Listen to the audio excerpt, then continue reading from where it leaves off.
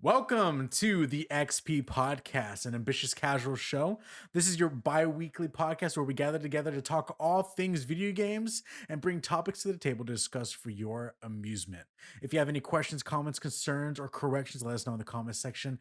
Or you can reach out to us through the email address, which is at ambitious. Is that what it is? Oh no, hold on. I was reading the Twitter handle. It's not the Twitter handle is ambitious casual, but the email is xppodcast at ambitiouscasual.com. And also utilize this timestamps so that way you can head on to the content that you actually want to get into. But just know that if you are skipping something, you're skipping out on some great content. Isn't that right, Adam? It is. That is right. We Thank make you, Adam. great content. We are professionals. We are the best professionals. Most professional of all podcasts. It's 100% gold. All right. And every word spoken is something to be held on to. So don't skip for all of eternity. You thought Aristotle had something good to say? Wait till you have to hear what we have to say. All right. You got nothing on us. So buckle up and get ready for some goodness. Austin, how you doing today, man? I'm good. I just got back from Olive Garden. Took my wife to Olive Garden. Ooh, wow. Had a gift card. There you go. It's the only time anyone ever goes to Olive Garden. I know. I had the gift card. I thought there was like a certain amount on the gift card, so I went all out, and then I realized that I only had half of that amount. And I was like, oh, I didn't realize. I thought there was more. So yeah, it ended up being pretty expensive, but I mean, hey, at least we had that one piece of the cost cut off by the gift card. So yeah. But you know, it was great. It was delicious. I'm stuffed and I'm happy. How many breadsticks did you eat? That's the most important question. Here's the thing. All right, I have this philosophy when I eat out. I eat the expensive quality ingredients first, and I don't fill up on the cheap ingredients. Now, that's not to say that the breadsticks aren't, like, they're good. It's just like I paid to have chicken on top of my pasta. Like, I gotta reserve space for that chicken because that costs me a lot. So, but to answer your question, 0 breadsticks. Oh wow! But Austin, yes. Haven't you considered that the breadsticks are built into the cost of the meal that you ordered? That's true, but like, so technically, you are paying for the breadsticks. I am, but it's still just like not. I don't know. There's something in my mind that says this isn't cost as much. Like, how much does a breadstick actually cost to make? Like a cent, you know? I mean, that's like 10 cents at your table. I don't know. I just would rather savor the pricier ingredients. That's where I'm at. That's just where my heart is. But it was a great meal. As you are telling about your your time there. Gosh dang it. Yeah. Oh, here we go.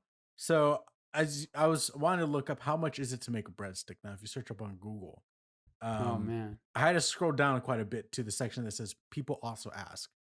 And I get a little bit of a snippet because you know Google gives you a snippet of an article before you enter into the article.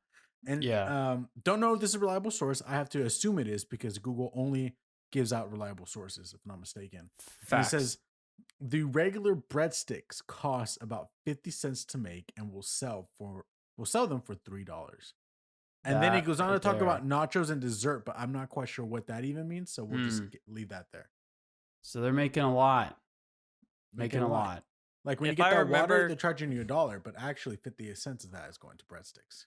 If I remember correctly, in my high school cafeteria, or maybe my middle school cafeteria, a breadstick was only like 15 cents.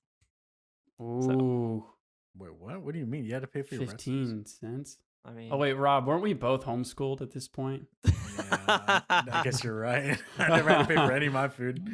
That's okay. My parents would be like, if you want to eat a sandwich for lunch, pay up with that allowance, all right? Yeah, right. Adam, how have you been doing, man? Dude, I've been it's been a crazy day for me. So, you know, Work was crazy. My wife had a crazy day. We went to Chewy's. Oh, to decompress. I love instead of Olive Chewy's. Garden. Once again, this is the XP podcast where you can come hear about our dining and eating habits. Absolutely. That's right. And whatnot. This is the section of the show where we talk about all of our dining endeavors. And Wait, then, Adam. as a reminder, there is or will be timestamps in the description of the video or the podcast for you to jump to the actual video game discussion. Yeah. So just remember to utilize those. But of course, everyone can wait for that. Austin, you have a question. Yo, yeah. I was gonna ask you, Adam. When you went to Chewy's, did you eat the creamy jalapeno sauce that you can get with the salsa? My wife did, as she often does. But you did not. Never eat that. I am a limited sauce guy. Oh, no. I don't do ketchup or mustard or ranch. Really? Or most of those types of things. I'm really nervous for the comments on this one for you, Adam. I mean, we'll see how people will say no one's going to say something that I haven't heard before. That's true. This is an age-old You had to have gone through the argument. ringer before. My meals are like 50% sauce. Like 50% of it is the sauce. The other 50 is the actual entree. How are you? Once again, Austin, I have to point this back to your own argument. Wouldn't you rather focus on enjoying the high cost ingredients over the cheap crud that is different things such as sauces? I mean, there are expensive, nice, important sauces out there. Okay, but when you talk about ketchup, like it's like vinegar, tomato paste, sugar, cornstarch. I don't eat ketchup. It depends on the sauce. Like for me, ketchup only goes with fries. Like I can't put it on anything else. Not burgers. It's just fries for me. You see, ketchup, I don't even use ketchup with fries. Now, based on everything that I'm hearing, Austin, I would have to assume you were the guy that gets A1 with your steak, aren't you? Actually, no. I mean, maybe it depends. Like if it's a really terrible steak, then like I'll very kindly ask for the A1. But if I'm at a steakhouse, like no, scoot that away. Like I'm here for the steak. All right. I know that goes against my whole sauce thing, but yeah, so far you're contradicting yourself.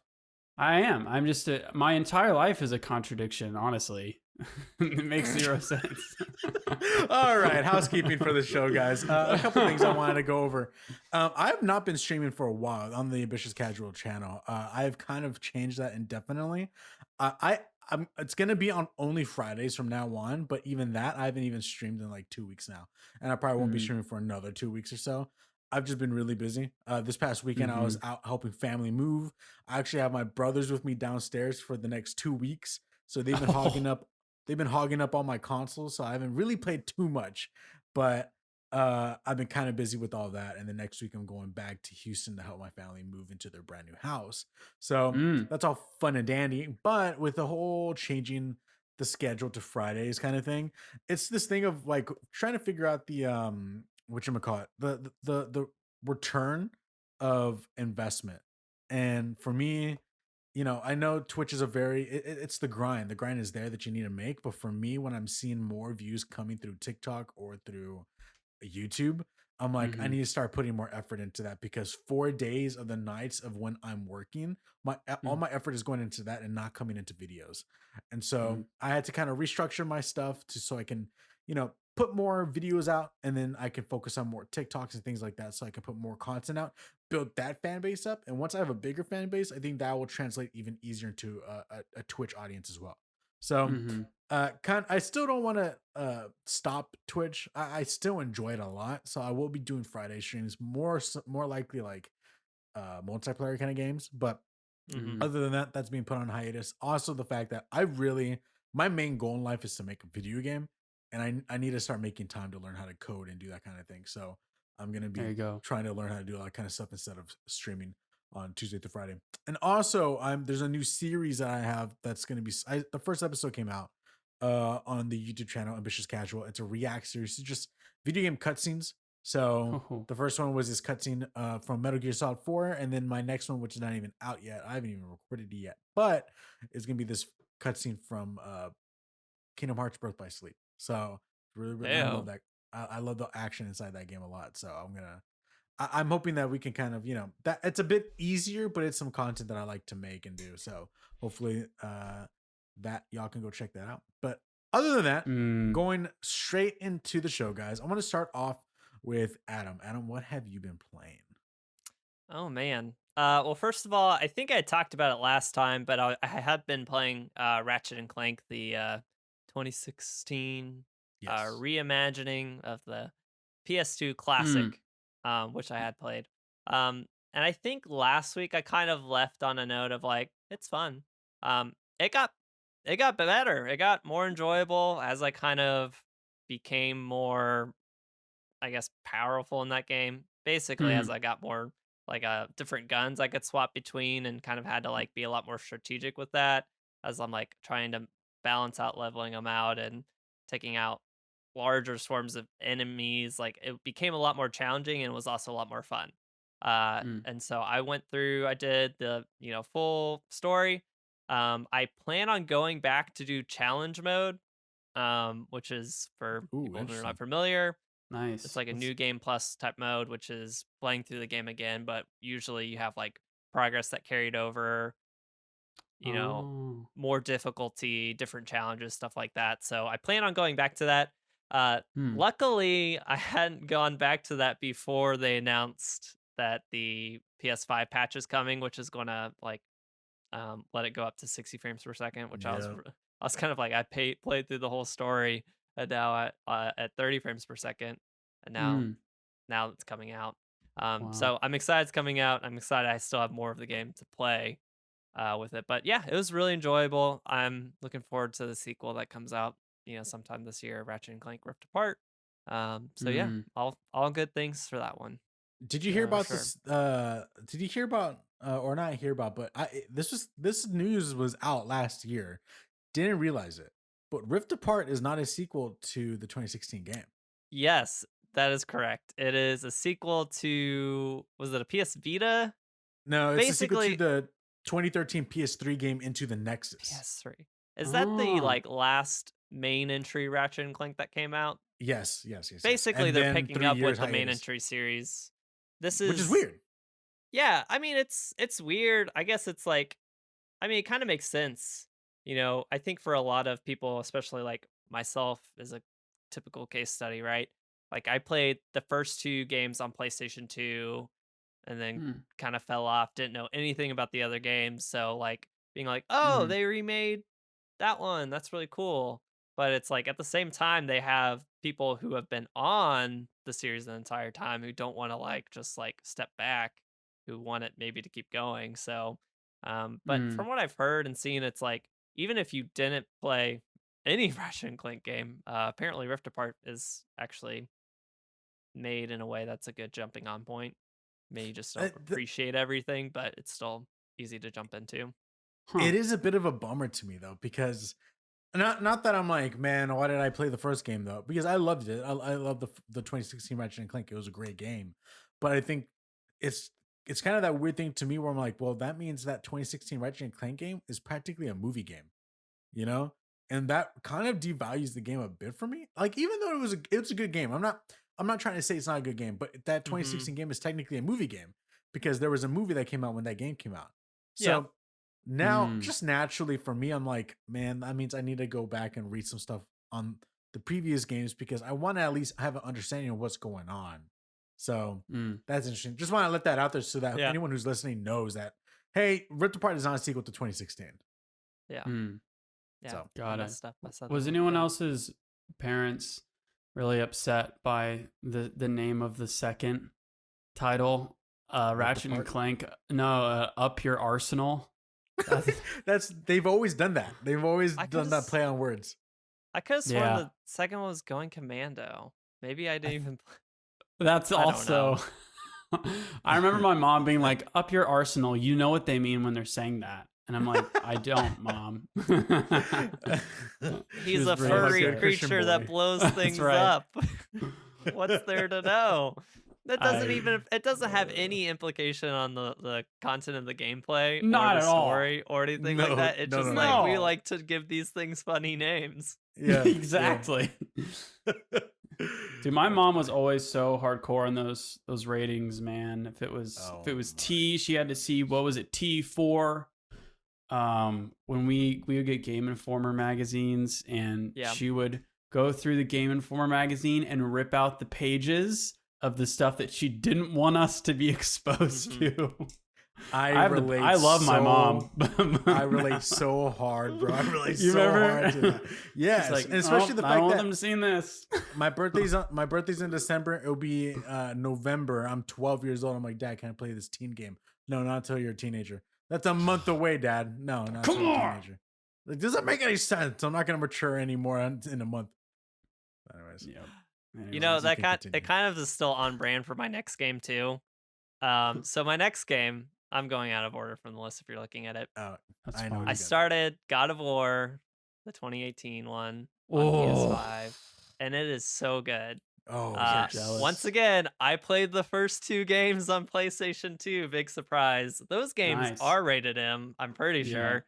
And I did not have them myself. Retroactively, Mom and Dad, if you're listening for some reason, if you could go about 30 seconds back in time, just and skip forward, then like, I don't know, 10 minutes after that, that would be great. And Shelby, I know you're listening. Don't rat me out. We love you, Shelby. Yep. Yeah, it's so good. I've been floored by this game so far. I'm a few hours in, but it's not a remake or a reimagining. It is a continuation of the story, just much later. And I heard so much about how the game was different. And it is different. Like, it's more methodical, slower combat. The original games were very like hack and slashy, where you're kind of mashing buttons, getting random combos, and don't know what combos you're getting because you're just mashing the buttons so much, and you're barely getting hit or getting hit but not hurt. And it's not interrupting you hardly ever, and you're just dealing out a bunch of damage and killing everything very quickly. And that's not how this game is. This game is like, you do have to like pay attention to enemy attacks and make sure you block or parry, and kind of really time stuff out and be aware and pay attention, which is very different than old games. But most of the DNA of, I think, the older games are still there. Just kind of, there's still aspects of the combat that are like the old ones, like knocking up people and hitting them up in the air. That's like the old games to a T. Just the kind of environmental puzzle rooms are very much all a part of it too. And I think, I'm trying to remember, I think in those old games they you kind of had like some backtracking, maybe not as much. I think there's more backtracking in here, but it's like they took all like enough of the original games that made them, and to make it still feel like those games, but just like then dumped quality of life improvements on it and made it more like methodical combat, which is so on brand with all of like the Dark Souls, Demon Souls, Sekiro type like kind of themes. And then there's like also just a lot of, like I said, there's a lot of like shortcut unlocking and kind of like retreading to get stuff, which I really like, which is why some of my favorite games are like the original Dark Souls or even Jedi Fallen Order. You do that a lot too. So I love this game.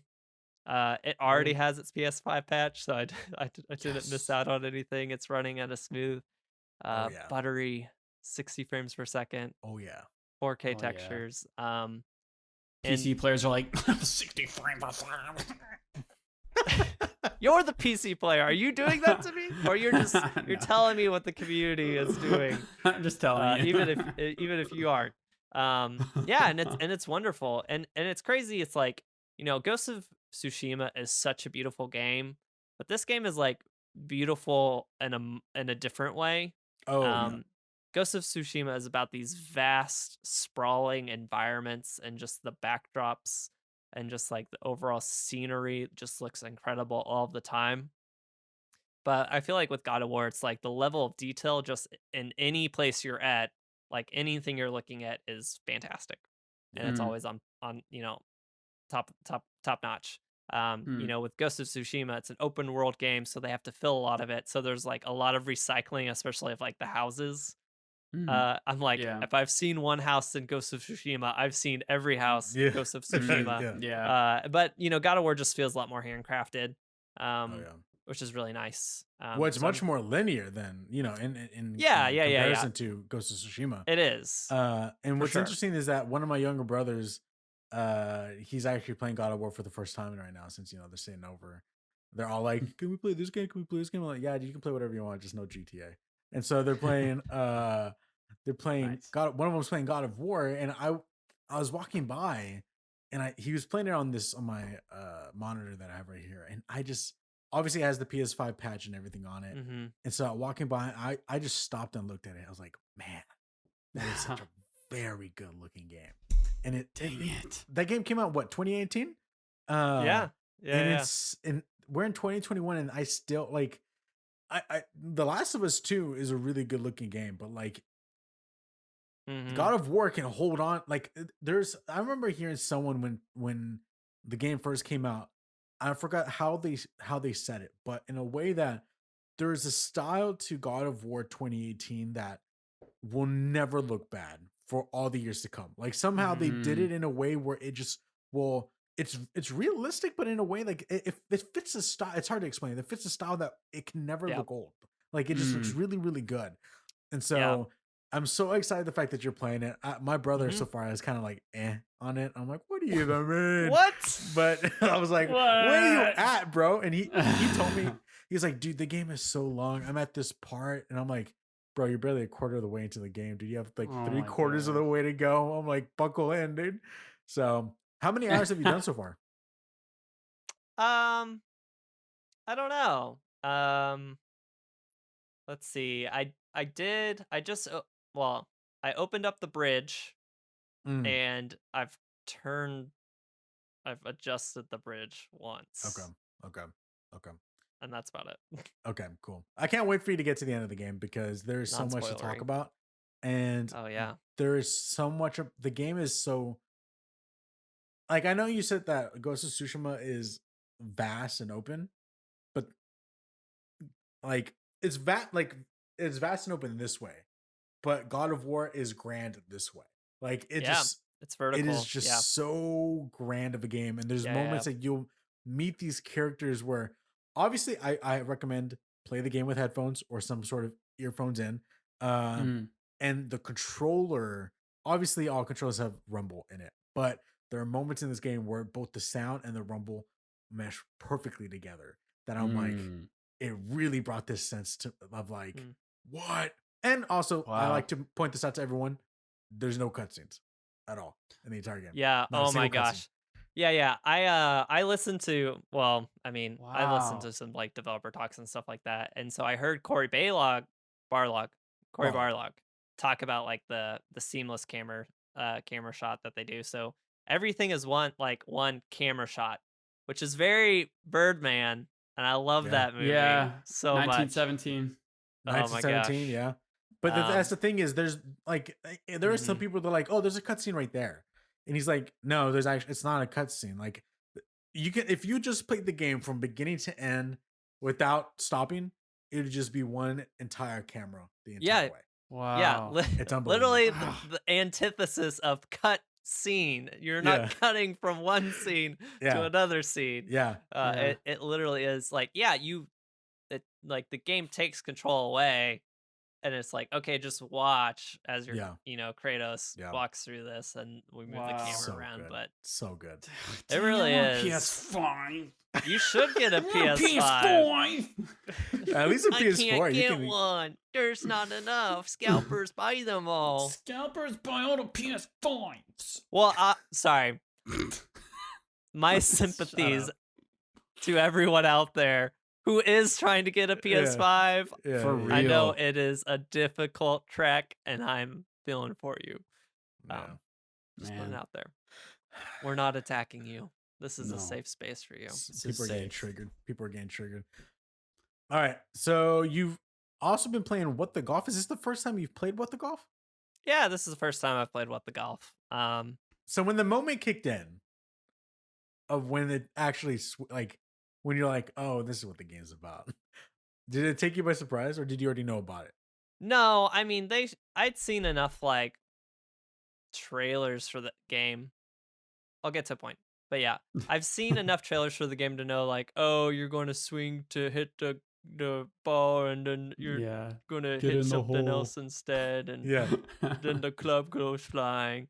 yeah. And I'm like, okay, that's just silly. Yeah. But then it gets really clever with it. Oh, Yeah. it And this does. game does lots of clever things that you do not expect. Nice. I need to play it. I don't I want to talk about it. I also don't want to spoil it for anyone because this is such an accessible game. You could Yeah. literally just get it for free via Apple Arcade. You don't need our fancy backbone. It's You just, don't. hold your phone No. like it's all touchscreen and Yeah. it's Yeah. wonderful. It's a delight. If you Wow. have grown up playing any number of video games, you will find hidden delight abounding. With What the I- Golf. Austin, have you played What the Golf? No, I actually haven't. It's on my list. Okay, check it out But I whenever you want have a to. chance. I highly Okay. recommend everyone play it because there's. I remember when I first heard about it, my brother was playing it on it. Like he had a brand new iPad, so he was just playing whatever games he could on it. And then he was like, "Yo, you gotta play this one game." And he's like, "Here, start from the beginning." And I was like, "All right, this is just a regular game of golf. Like I don't get the point." And he's like, "No, no, no, but just keep going." Keep going. And then when you keep going, that's when It you find out changes. what this whole game is all about. And it's Okay. really, really good. So check it out whenever you have a chance. Will do. I'm sold. And then I will note I'm still playing Shantae. It's still good. Shantae and the I'll still Seven be playing it. Silence. Yeah, On the I'm only Backbone? like, yeah, all Backbone, all Apple Arcade. Maybe like a quarter of the way in. So Nice. according to the game. Cool. Cool. Austin, what have you been digging into, my man? I have been mostly on Stadia, as you can see if you're Love it. looking at my list. Yeah, I've mostly been doing Stadia stuff, just experimenting and trying different things. I would say as a whole, like the experience it's really enjoyable. There are moments though where I guess it's my internet or something, and it just like it kind of ruins the gaming experience for a little bit.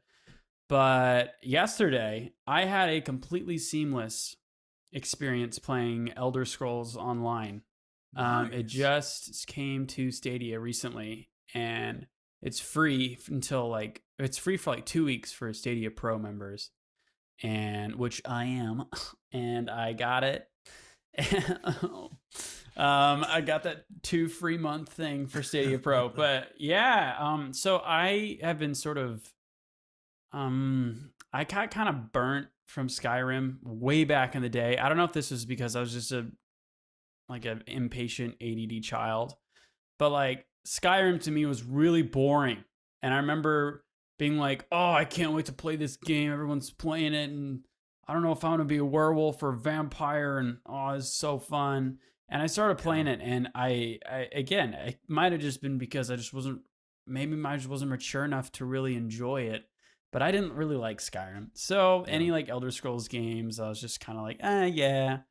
But I've just been so hooked on Stadia for the past few weeks that then this game came and I was like, you know what, I'm gonna give this a shot, and I've really been enjoying it. I'm only like 2 hours in, but I'm not bored at all. It's a really fun game right from the beginning. Spent a long time customizing my character. I'm a dark elf. I can't remember which class I chose.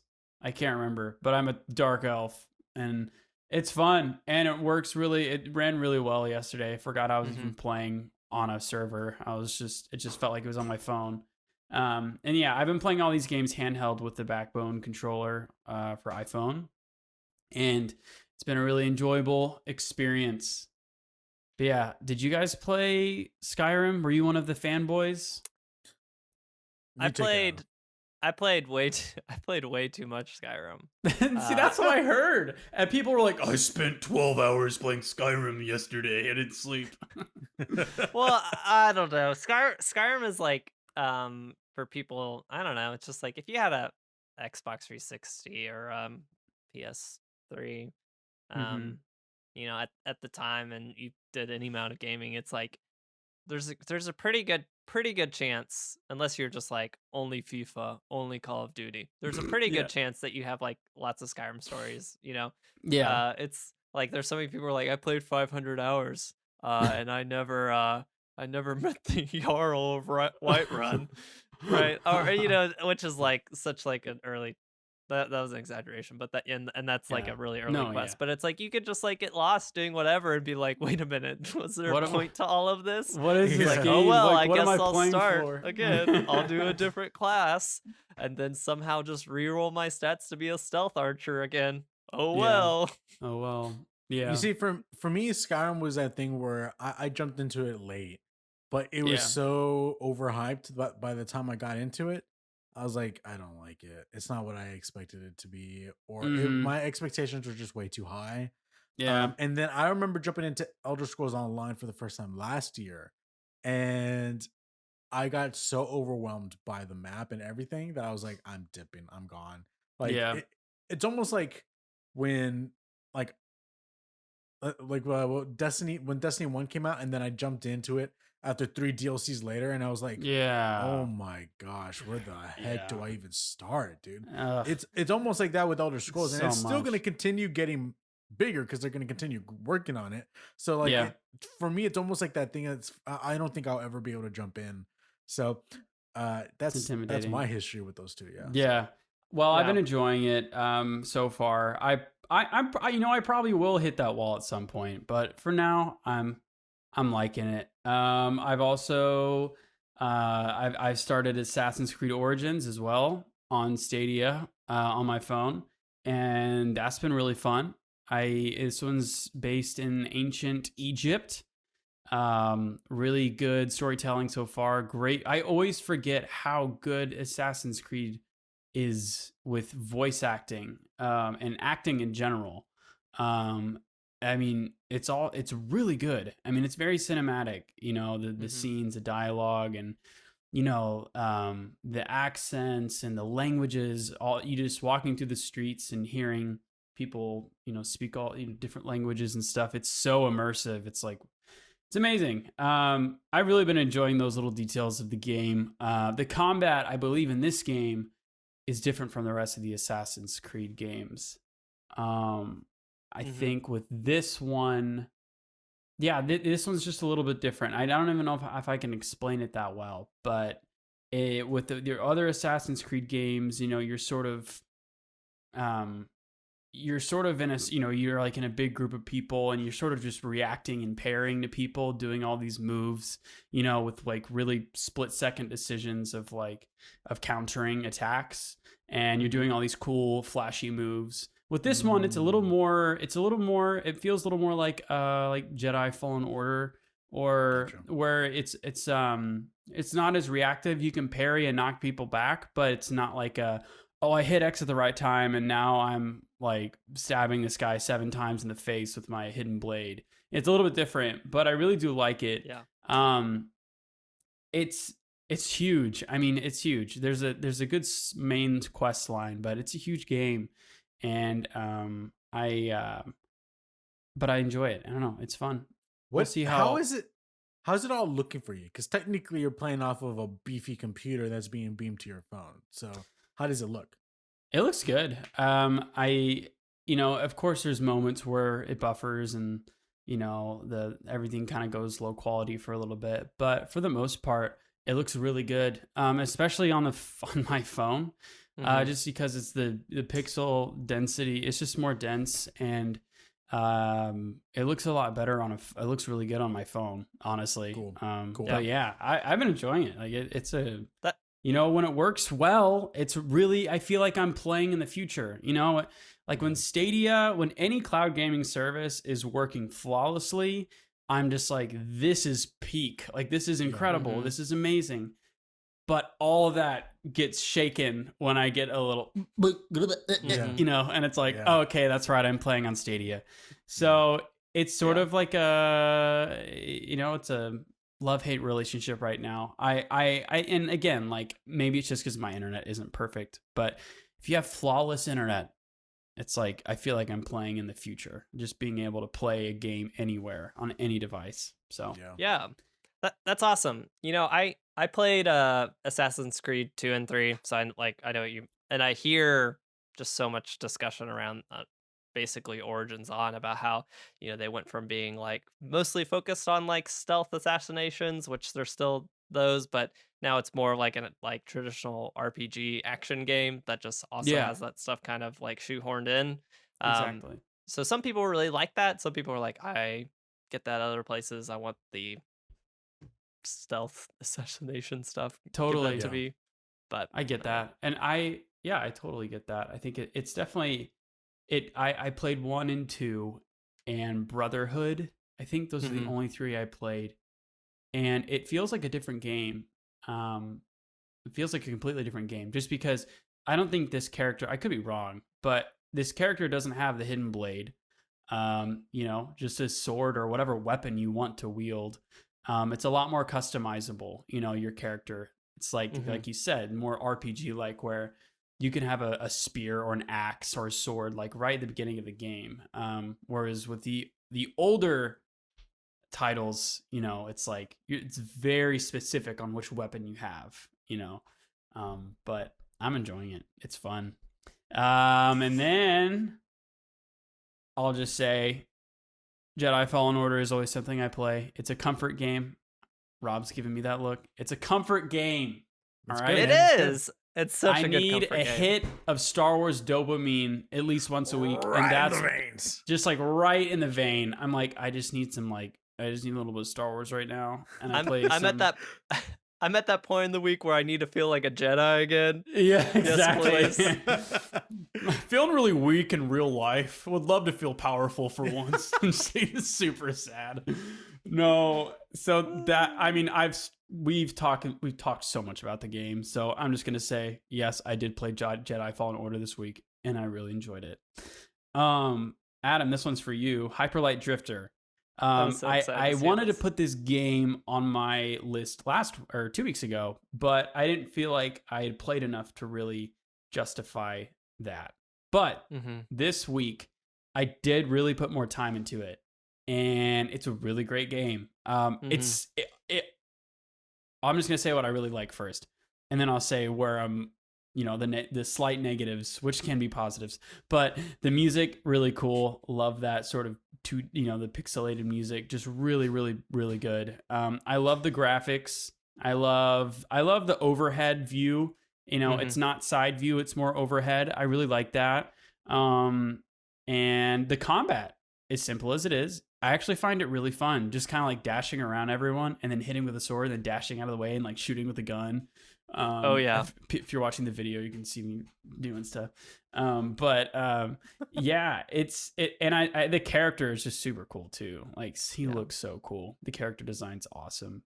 But but right now, and again, this isn't really negative. I'm just like, I get confused on this game. Like, I'm just like, where do I go?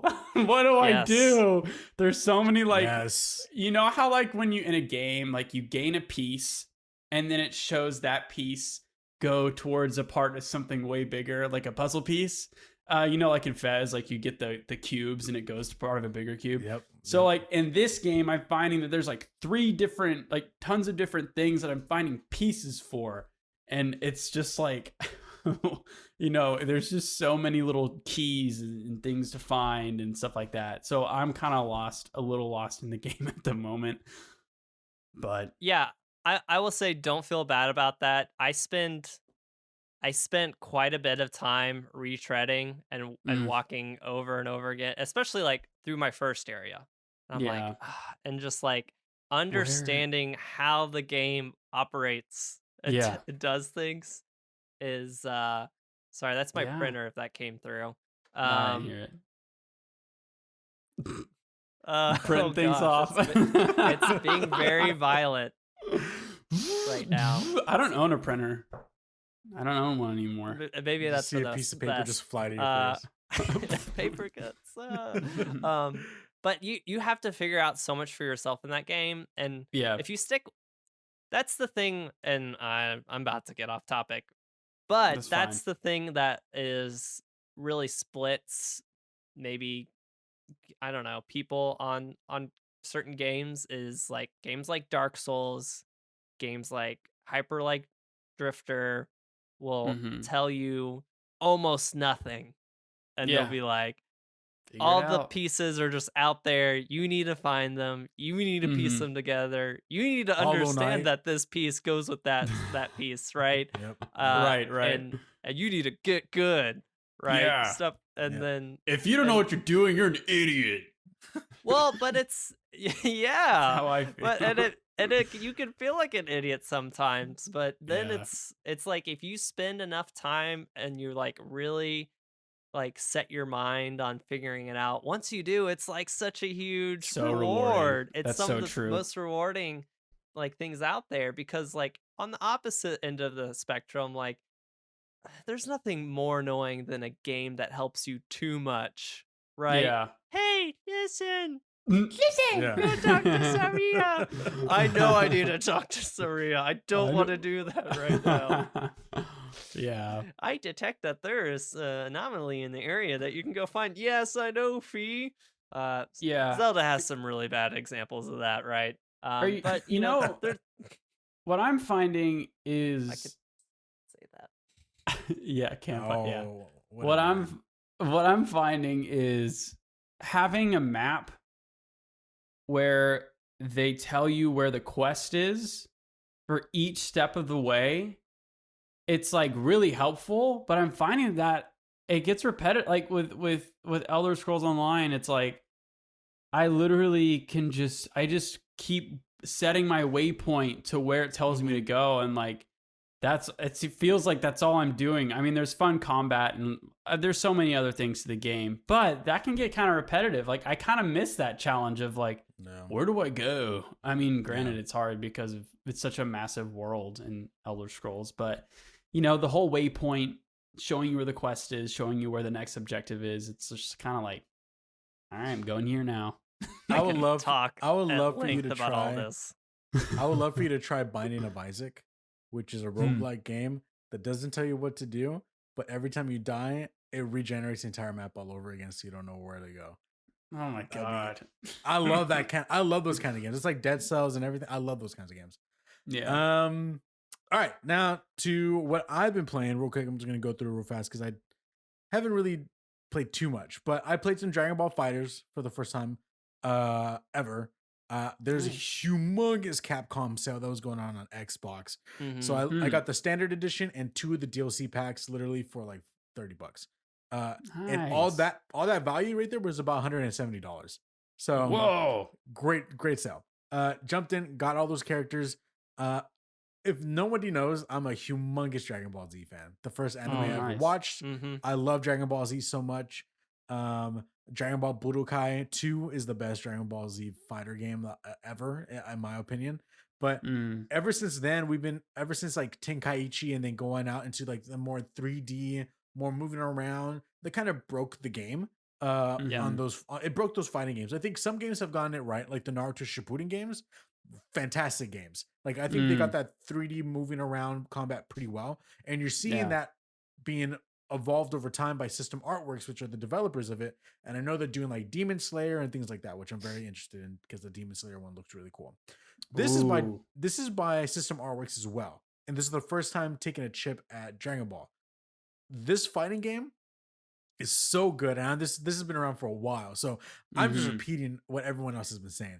It is so good. The artwork is so good. It is a flat 2D kind of look, like almost like a 2.5D kind of look, but it's just sideways. There is no moving around 3D areas of a camera. It's just classic fighting, like a Street Fighter kind of thing, but it is beautiful to look at. Like my eyeballs, for someone who struggles with like too much color going into the eyes, I was crying because they were drying out. That's how beautiful it was. So the game is really, really nice. My only problem with it is the choice of characters that they put into the game. Like you can choose like up to 3 characters to fight, so one dies, or you can switch between them. Throughout the entire fight, you have 3 characters that you fight with. And I'll be like, Yeah. dude, I want to make my team, man. I want to have Goku, and I want my boy Kid Gohan and Kid Goten and Kid Trunks. But Kid Goten and Kid Trunks are not in the game, and Kid Gohan is not in the game. Teen Gohan is in the game, and only Super Saiyan Adult Gohan is in the game. Not even just regular Adult Gohan's in the game. Just Super It's really weird. And on That's top weird. of that, they have Goku, Super Saiyan Goku. I hate the Super series and GT, but they added all those too.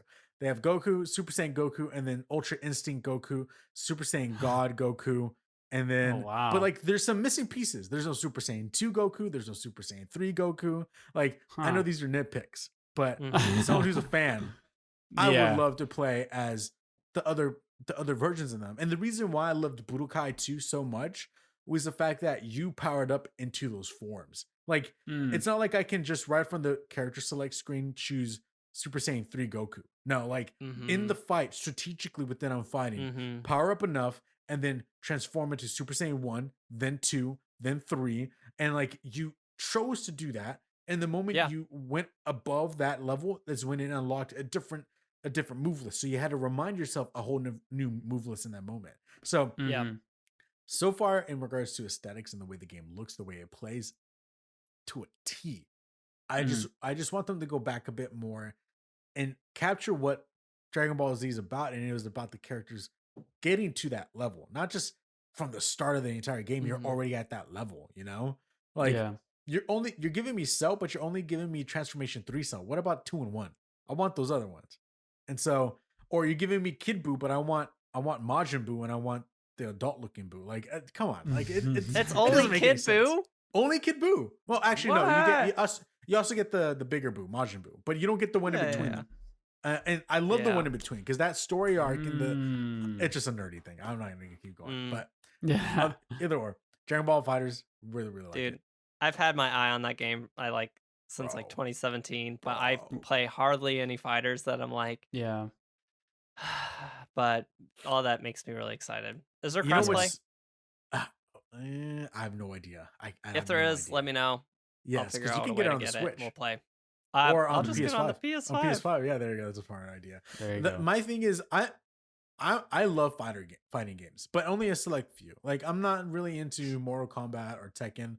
I'm a big Street Fighter guy, and every single time a new Street Fighter comes out, I get it. So now I'm just waiting on Street Fighter 6 to come out because I'm gonna jump on board automatically. I know there's a new Guilty Gear game that's in the works that looks unlike anything I've ever seen before. Like, and I know I'm talking of Dragon Ball Fighters. If you thought that looked good, this new Guilty Gear that's getting made, and I think it's by System Artworks, looks even better. Like, just the flow of the 2D animations is like, it's almost like you're getting closer and closer to the TV show. And you don't even know what's game and what's not. That's what's cool. And so Guilty Gear looks super, super cool. But yeah, I'm actually Dragon Ball Fighters. I know they're still coming out with new DLC, but I kind of want them to just already come out with Dragon Ball Fighters 2 and take everything that I said and just put that into the game. And lastly, Disco Elysium, the final cut. Now, I only had 2 hours with the game. I didn't have too much with it. Last night I told my brothers, "Hey, I need you to get off my PS5.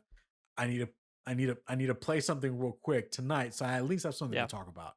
And so I got it, brought it upstairs, hooked it up to my my LAN cable, and I wanted to purposefully play this game on my phone, just because it felt like the perfect phone game. I looked to see if it was on the App Store. It's not. It's not for phone. It's only on Mac. The other options were Stadia. And I thought about it, but I was like, that's not an ecosystem that I'm always on. So I went to Xbox. It's not coming out on Xbox. It comes out on Xbox later. So my only option was PS5. And so I was like, you know what? I'll get it on PS5 and I'll play on my phone through remote play. Nice. Got that set up, went with it, was laying in bed. And I've never played a game. Let me rephrase that. There are very few games that from the very beginning, you have all my attention. and this game did. I'm gonna start off with one con.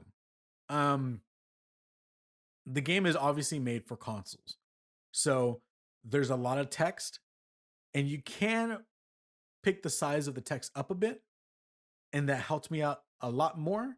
But I just wish the text was just a bit bigger. Again, not their fault. The game was made for a console. I'm just beaming it to my phone, and my phone is making it smaller. So I was just having a little bit of trouble reading it. But other than that, not that big of a deal. This game, I never knew what it was. I just heard people talk about it. I know of the people because they won the award at the Game Awards at one time. And I was like, you know what? I just never knew about it. So I was like, I'm going to jump in. I'm going to check it out. This game, dude, is literally like D&D or a tabletop game brought to life at the highest degree of like anything I've ever seen before. The moment you start, you automatically have to start choosing your character, like your character class. So they gave me 4 options. I'm not going to be able to recite it to you because I don't remember. But it was like these 4 character classes that had their own different perks on their different levels of the tier list of abilities that you have. I, for some reason, was like, I'm going to do the other route. I'm going to just build my own tier list. So you go and you build up, you have like a set of points, and you can only spread them out on these certain categories that you want to. So I put majority of mine into intellect, so that way I had just had a bit more. There was a certain word that they use, perception, a more level of perception than anything else. And then from there you choose your skill. And if I'm not mistaken, there's 4 different classes, and there was like 5 or 6 different skills for each class. So right off the bat, 6, 12, 18, 20, I had 24 skills to choose from, and I had to choose one. So I just picked one random one. Again, I'm going to say I don't remember right off the bat, but I picked one that fit my perception skill because obviously I picked my points up on that one. Automatically, when you get into the game, it is like I was just welcomed by the best D&D. What's the person who leads the game? Dungeon Master. Yeah, I was just invited by the best Dungeon Master voice actor in the entire world, because the screen is just black and all you see is text, and the guy is setting the stage for you while everything's black, and he's like, "You've been asleep for who knows what, blah blah blah," and you just it's like laying everything out, and you choose these answers to respond to his questions, and so you're just setting everything up, and then all of a sudden you wake up and your character's like only in his underwear in this room, and you're like, okay, well, I don't know what's going on. Like, I don't know, you don't have no idea what's going on. And so now I'm in this hotel room, and I'm having to go and with my right analog choose different like objects on the floor to push X, and then he goes up to it and looks at it and picks it up, and you gather intel of what's going on. So I went, picked up my pants, put them on, put button down shirt, put it on, tie, put it on, or no, jacket, put it on. And then there's a thing where you notice, okay, well, there's something going on with the fan. And so he goes to it, and then the voices pop up again. And it's like, you slowly crouch up to the fan, and you notice a tie going around the room. And then you choose what you want to do with it. And Morgan you can Freeman. choose exactly, bro. Like, you can choose actions, or you can utilize certain skills that you can either obtain through a dice roll. Now, you don't actually see the dice roll, but there are symbols of dice practically telling you you're playing a D&D game, bro. And so if you beat the objective or the skill, then you get more perception to whatever it is, or you get more intel for whatever. Broken glass, go up to the glass. Do you want to use perception to see what's going on? Well, your perception's higher, so you have a greater chance of success to figure out what happened in that moment. And so from then on, so all this is going on in this moment. I go and I look at the entire room, top to bottom, find everything that I can. And you have a symbol on the bottom left-hand corner of your character, but it's completely just washed out. Like, it looks creepy because it's like, I don't know who I am. I can't really tell. It's a very abstract kind of art looking thing. I went up to this window, and you hear the voice saying, "Wait, do you actually want to see what you look like?" And it's like, you have to choose. Do I want to see what and it's like, you can choose the question, do I want to see what I look like? And the dude's like, well, your face looks nothing like you've ever like it goes in, like, I know the way I'm selling it is not giving it any kind of like credit for what it is due. It is really good. It is Yeah. really, really good. And it grabbed my attention so quickly that I was like, yo, I'm stuck in this. I'm stuck in this. And what's even better about all this for me is the fact that the game that I want to make is I want to make a detective game someday. And this Yeah. game very much so is really leaning into that a lot. And I was like, yo, this is kind of the inspiration that I've been trying to look for. So I'm loving Disco Elysium, dude. If you have a chance, get it. Austin, I know I told you in the chat earlier, 20% off on Stadia. Like I know. it's I grabbing need my to hit attention. that up. It's grabbing my Dang. attention and it's really good. I'll probably wait for the Switch release, but I am so intrigued Me Yes. too. by everything. I mean, you said D&D like 5 times, and then like Yeah. detective at least That once, sounds and cool. dice Yeah. rolls and narration. I don't know. It just all seems very cool. I have to say, I have heard a lot about this game. Like I've never played it, but when it was announced that it was coming out on Stadia, every Stadia YouTube channel person was like freaking out. And they're like, "Oh, you couldn't believe it. You know, this incredible game. You know, Sunny Cloud Gaming. We Yeah. got a brand new kind." Dude, you know, that was pretty close. That was I've pretty listened good. to a lot of his videos. Yeah, like everyone is saying how good it is, and I'm like, man, everyone's freaking out about this game. So man, Yeah. I need to hit that The up. whole 100% world just discount. loses their minds. Yeah, and here's know. the thing: is I've never played D&D. I know of it. I mean, I watched Critical Role multiple times, so I know the ideals of how that works. And I know there was a report that said that the Final Cut version made the game feel a lot more like a tabletop game than it did before. Didn't understand what that meant, but Yeah. everything that I'm playing right now is really, really good. Now, again, this is just 2 hours in. I just want to make that a point. This is just 2 hours in. I'm barely starting. I just came into contact with one of the first people, or with a couple people for the first time. And it's one of those things that your guy just has no idea what's going on. He's like, Yeah. what am I doing here? And the lady's like, you're a cop. Like, you've been here forever. Like, what year is it? Like, it's this mystery that's happening. And it's Wow. tabletop and it's D&D, and it's like a voice, a narrator jumps in to tell you what's going on with the situation and is telling you what's going on in your head. Like, dude, check Wow. it out. And it's perfect for Stadia because it's not like this twitchy gameplay. Like, it's literally just a very, very simple, like, move Yeah. to here. Like, you don't even have to really move your character all that much. It's almost like by points he can move if you want to. So really, really good game. A really, really Wow. good game. I'm really excited for it. All right. So we're at the 1 hour mark, which, I mean, I know we had a lot of games to talk about. So Yeah, That's true. I'm gonna jump in real quick to my topic for the show. Hopefully we might get it to Adam, I'm not sure. I love how you said, look at the next page, Rob. Really need that. Thank you. I did. You dumped all that text in there. I'm just pushed my topic right off the page. Well, I will say the moment I started halfway, I was like, oh wait, hold up. This is leaving less room for Adam than I first intended. So right now, a recent topic that's been going on that I feel like would be a great headline and thumbnail for the entire episode is everything surrounding E3. And so I kind of wanted to go through. I kind of wrote up a bit of a synopsis as to everything that's going on. And the title for my topic is E3 is officially over. ... Right?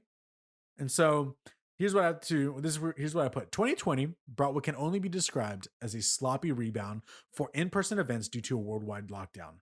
With that, we saw the gaming industry make attempts via virtual events that span days, weeks, and even months.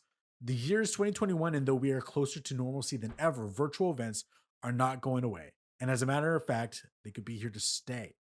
Didn't mean for that to rhyme, but here we are. Now, before we continue, I wanted to ask you guys, what are some of your favorite E3 or just video game event moments, if you have any? Oh man. Because I have way too many. I have way too many. Adam. As y'all know, I'm a hype boy, so.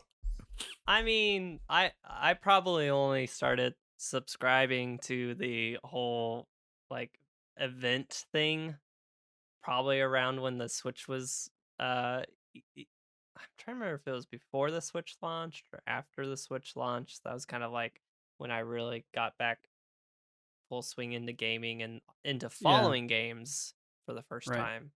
Um So it's hard not to just say my favorite's the Breath of the Wild 2 reveal trailer because it's such a good trailer and I'm It just still is. so excited for that Breath of game. the It is. Wild, yeah, it was And incredible. everyone lost their minds. Because it was just, it looked like it was just an animated still image, right? Of just Link on the horse. And then all of a sudden, that's when he just does the, and then that's when he gets into the world. And everyone's like, what, this is an open world game? Is that when it was first revealed?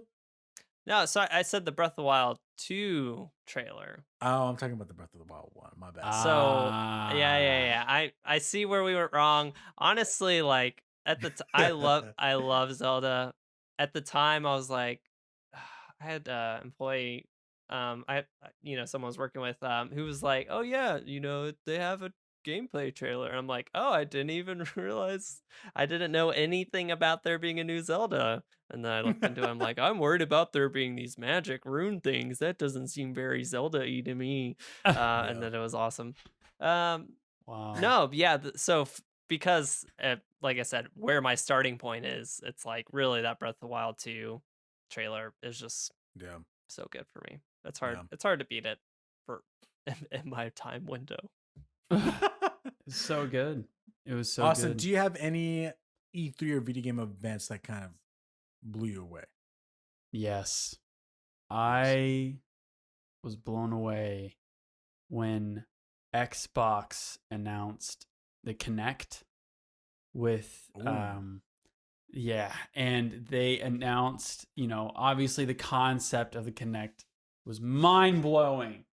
It has this camera, it's the whole camera thing, and like you're controlling the game with your movements. And I mean, it was like, because before that we really mainly had Wii and with the remotes, and then Xbox was like, oh, my cat's jumping up on here. Xbox was like, sorry, hold my beer. That's what all right. Xbox was like, well, you don't need a controller, you just move your hands. That blew my mind. And the big thing was, and this game never became a game, but when they, alongside of the announcement of that, they showed a game, and it's called Project Milo. And it was you and this boy, and you could talk to this boy, one small boy named Milo. And it was like you could interact with this kid, and like he was showing you all his stuff. And I don't know, you were like, hey, look at my stuff. Yeah, like, here's my toys, and here's a pond, and look at this fish, and you could talk to him. This game never became a thing because I think it was just too much. They couldn't actually make it a reality. I don't even think they made it. I don't even think they made a demo of it, a playable demo, but the concept blew my mind because it was like this digital person that you could talk to through the Kinect. And your movements and everything, you get a high five, I don't even know. It was crazy. It never happened, but that was one of the biggest moments in E3 that I remember, just being like, this is insane. This is nuts. Dude, real quick on that Kinect stuff, there was this Ghost Recon game that was announced that had full Kinect capabilities. And at this time, I thought Kinect was the dopest thing ever. And it would be like, you can go into your character menu, choose your gun, and you can switch out pieces in your gun. And so it shows you like this, literally in front of the camera like this, and you go like this. And then what will happen is that the gun completely separates into pieces. And he's like, you go pick this piece out and you put this next piece in. And it worked like that. That's how the game worked. Yeah. Completely overrated. But like, I thought in the moment, I was like, Dad, look at this, Dad. This is a real gun right here. Yeah. None of that's happened. So like that concept never happened. I mean, like it happened, but it didn't change the world of video gaming like we thought it was going to. It was just like we're still playing. Yeah, we're still playing on controllers. VR is kind of, has its own VR little still audience. use controllers too. Yeah, but still controllers. So it's just interesting. Yeah. It's interesting. I don't know. But yeah, that was a big moment for me. Okay, so me being the guy who's just the complete hype boy for all things. Some that I remember in particular. I have a lot, but I'm just gonna pick two. The first one I'm gonna say is The Last of Us 2 reveal. At that time, I think everyone knew that Naughty Dog was working on something next, but no one really knew what it was. And at the same time, we heard from Neil Druckmann that they kind of didn't like their intent was never to make a sequel to The Last of Us. It was just going to be its own separate thing and just keep going from there. So no one really understood what was going on. I'm sure those that were in the know knew, but as to a regular viewer, I didn't know. And you get into that thing where I remember clearly it's just like these drums like boom boom boom and then like it opens up and it's like the woods, and then the camera's panning back and you're seeing this completely run down town, and then you see a stop sign with the firefly symbol on it, and I just in my chair started freaking out. I was like, no way, no way. And then the entire time it's Ellie starts playing on her guitar and she's singing, and we can't see her face because it's only like from her nose down that you can see. And like, and I love whenever you have a chance to go watch the live video of it, because you hear everyone's reactions to it. And the moment, you see Ellie's hand is shaking, and then she's like, she grasps it, and then she like lets it go. And then she starts playing, and it just fills the room. And then all of a sudden, you see the doorway from inside out, and so the light is completely just like blooming it out of exposure, and you see this man start walking into the room, and everyone starts losing their mind because like it's Joel. Oh my gosh, it's Joel! Like, of course he never died, but like it's just cool to see your characters back again. And so it's just that thing of Ellie is singing, Joel's walking over these like these mutilated bodies of that obviously Ellie destroyed. And he gets to the doorway and he just looks at her. And in that deep Joel voice, God bless Troy Baker. He's just like, he looks over to Ellie and he's like, are you really going to go through with this? And obviously I'm not giving it enough, whatever. But, and Ellie just looks at him and she's like, I forgot what she says, but it's just so powerful. So powerful. I love these kinds of things. And lastly for me was E3 2016. Hideo Kojima walked away from Konami after making Metal Gear Solid 5, which in my opinion is his magnum opus. I don't think there's a game that plays or controls better than Metal Gear Solid 5 to this day. To this day, there's not a game that controls better than Metal Gear Solid 5. Like, he went out with the bang with that game. Unfortunately, didn't finish it, but that's all Konami's fault. He left, and rumors started circulating as to what is he making next, or who is he going with? Because since then, he made PT, which was the supposed Silent Hills reboot that he was going to make, but that was when he was with Konami, and then he left.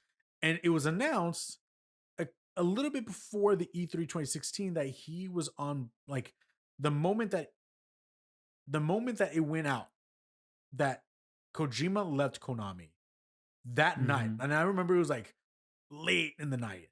Sony put out a video saying that we're bringing Kojima onto our team, and he is going to be going around our different studios to find the engine that he wants. What's so funny, Adam? We have acquired Kojima. Yeah, we have acquired Kojima. I can tell you right now, when he left, I'm pretty sure everybody was throwing money at him. I'm sure of it. And so that came out, and everyone was like, okay, cool. He's making a game. We're not going to see this for a very long time because he's starting from scratch. Right. No. That was the fall 2015. E3 2016. There's a moment where it's the PlayStation event, and they're like, we got someone, that we want, to show.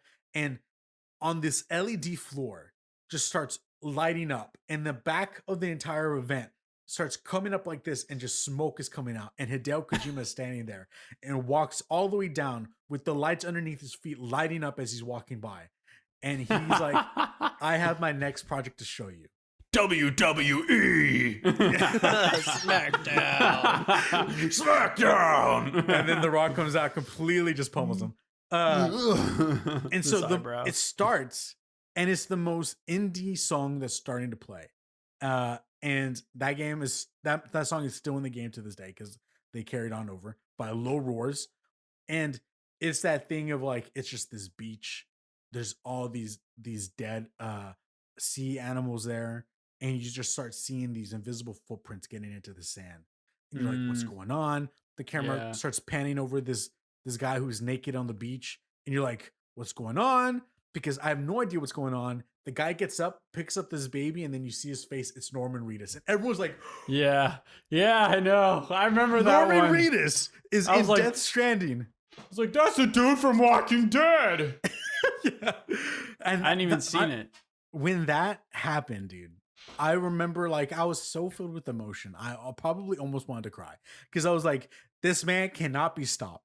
This man cannot be stopped. Kojima is one of my favorite developers of all time. So, and Death Stranding, you know, some people like it, some people hate it, some people think it's a masterpiece, some people think it's just okay.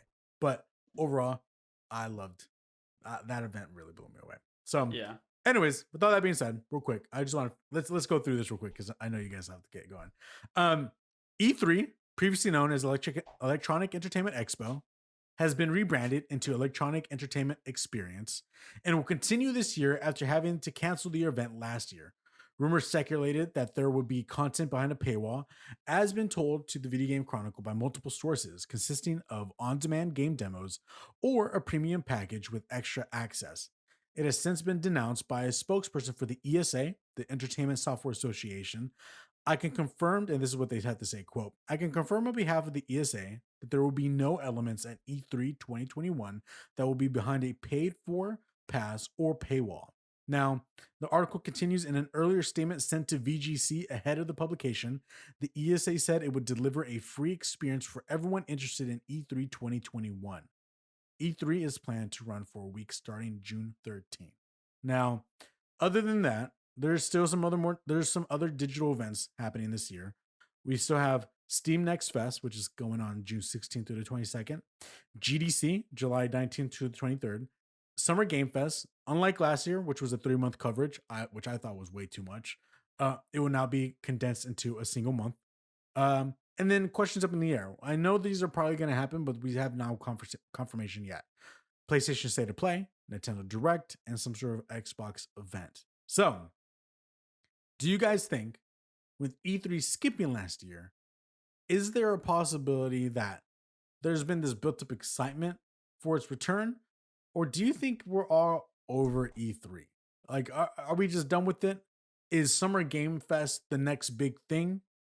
Because it has Jeff Keighley, and Jeff Keighley has now become such a much bigger, prominent voice in the games industry, more so than the ESA. Adam, I'm going to start with you. I don't know, Rob. I'm just I'm just give me some your typical video game enthusiast. Some people are like, we gotta have E3 back. The industry needs it. It's such a fun time. And then other people are like, it doesn't matter. They skipped a year. They're never bottling the magic again. Or, whatever. It's not going back in the bottle type scenario. And I don't know. I don't know. And honestly, not that I don't care, but I think at the end of the day that the people who are the money behind games, I think will make sure that the avenue exists for their stuff to come out. Yeah. I think the nice thing is like I don't think the indie pipeline, well actually, never mind. I take that back. I was going to say I don't think the indie pipelines really got messed up too much, but I know that a lot of discovery happens at these events and stuff like that, where indies actually do come and like the press gets to do hands-on. So there needs to be something I think like that. I don't think we need the E3 press conferences for just like the general everyday consumer, right? I don't think we I don't think we need something like E3. I think there's different ways of going about it. Obviously, all the different platform holders have their big directs that they talk about the games they want to talk about. And then all of the big publishers have the events where they talk about the games that they want to talk about. And then, a lot of indies end up doing for like getting their name out there to the public. There's like obviously GoFundMe or Kickstarters or and like Steam and there's Nintendo Indie World Directs, and then Xbox is doing their indie partnership, and PlayStation has their kind of indies that they do too.